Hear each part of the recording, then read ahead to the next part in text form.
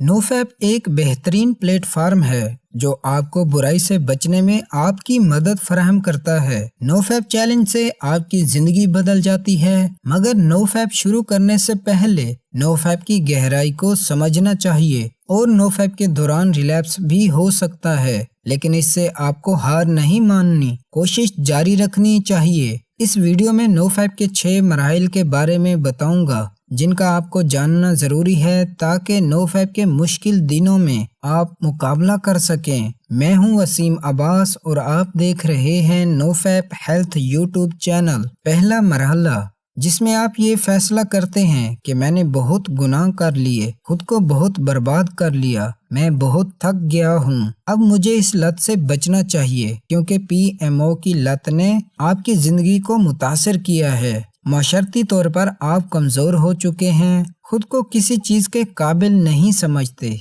आपको ऐसा लगता है कि ख्वाहिश आपकी जिंदगी को अपनी लपेट में ले रही है और आपको महसूस होता है कि अब इससे बचना बहुत जरूरी है। दूसरा मरहला, जो पहले 1 से 7 दिन होते हैं। पहला हफ्ता आप पुरजोशो खरोशी के साथ नोफैप शुरू करते हैं और आपको लगता है कि आप बहुत आसानी से नोफैप चैलेंज पूरा कर लेंगे। नॉलेज पढ़ते हैं, लोगों को चैलेंज करता देखते हैं, सब कुछ आसान सा लगता है। ये आपका जोशो जज्बा, शौक होता है, लेकिन आप नोफैप के सफर से इतने ज्यादा वाकिफ नहीं होते। हो सकता है कुछ दिनों बाद रिलैप्स कर बैठें क्योंकि इस सफर में शैतान और जिनसी ख्वाहिशात के वार को रोकने के लिए आप तैयार नहीं होते, या फिर वो नॉलेज नहीं होता। एड्जेस का जोर आपको कमजोर कर सकता है। तजर्बा ना होने की वजह से रिलैप्स हो सकता है, मगर इससे आपको घबराने की जरूरत नहीं, बल्कि उन वार से निपटने का तरीका पढ़ें, सुनें,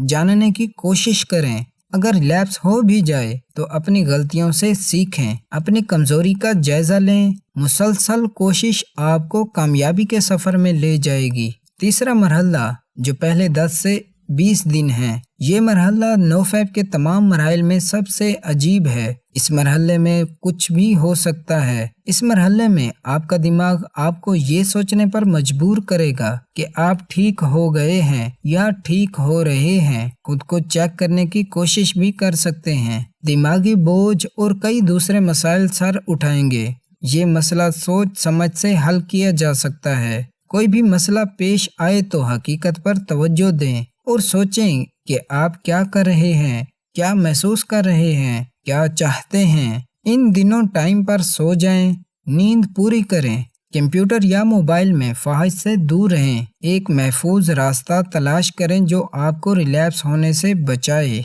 चौथा मरहला, जो पहले 20 से 30 दिन, आप इस मरहले में बहुत सारे फवाइद का तजुर्बा करेंगे। आपका एतमाद हर वक्त बुलंद होगा और आपको नाकाबिले तस्खीर महसूस होगा, और इन दिनों खुद को बेहतर बनाने में गुजारेंगे। बहुत सारी तवानाई और हौसला अफजाई आपके रास्ते में आएगी, लेकिन इन दिनों में फ्लाइट लाइन भी आ सकती है। फ्लाइट लाइन के बारे में मैंने ऑलरेडी वीडियो बनाई हुई है, वो मेरे चैनल पर देख सकते हैं। पांचवा मरहला, जो पहले 40 से 60 दिन है, ये नोफैप के तमाम मराहिल में से बेहतरीन मरहला है। सब कुछ इस मरहले में अच्छी तरह काम करेगा।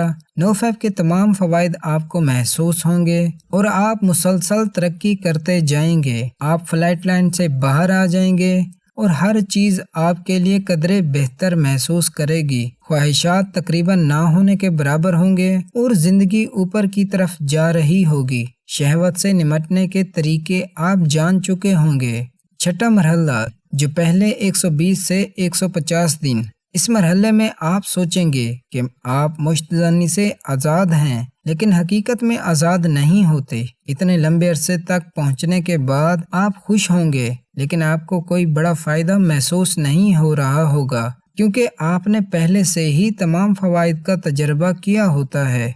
आपको उनकी आदत हो चुकी होती है, इसलिए अब कुछ नए बड़े फायदे का सोचते हैं, लेकिन हकीकत में ऐसा कुछ नहीं आता। उस दौरान आप कमजोर हो सकते हैं, नए फवाइद के चक्कर में पुराने फवाइद को भूल जाते हैं और आपका दिमाग कुछ नयापन देखने के लिए आपको इशारे देगा कि थोड़ा सा कुछ देख लो। इसी तरह आप रिलैप्स कर सकते हैं, फिर पछताना पड़ेगा।